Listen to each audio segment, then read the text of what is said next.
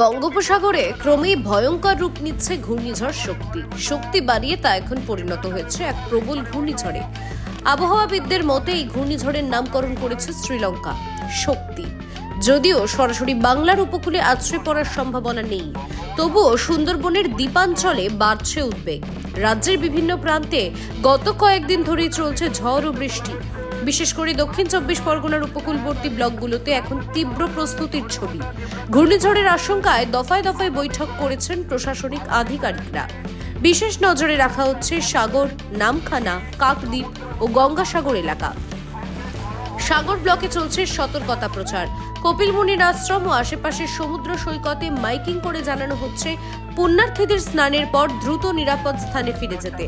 নদী বাঁধ দুর্বল যেসব এলাকায়, সেখানে বসবাসকারী মানুষদের নিরাপদ আশ্রয় সরিয়ে নিয়ে যাওয়ার পরিকল্পনা নেওয়া হয়েছে। ফ্ল্যাট সেন্টার ও স্কুলকে চিহ্নিত করে গড়ে তোলা হচ্ছে অস্থায়ী ত্রাণ শিবির।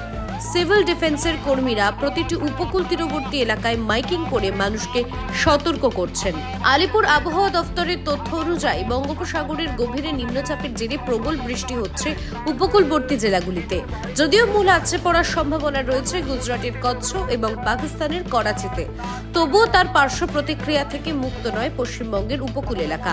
ঘূর্ণিঝড় শক্তি নিয়ে আতঙ্ক ছড়িয়েছে সুন্দরবনের দ্বীপাঞ্চলে।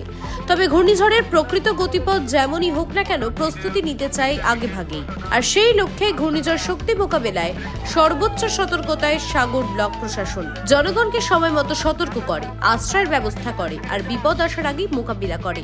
এটাই যেন হতে পারে ক্ষয়ক্ষতি কমানোর আসল কৌশল। Bureau report, news poll Bangla.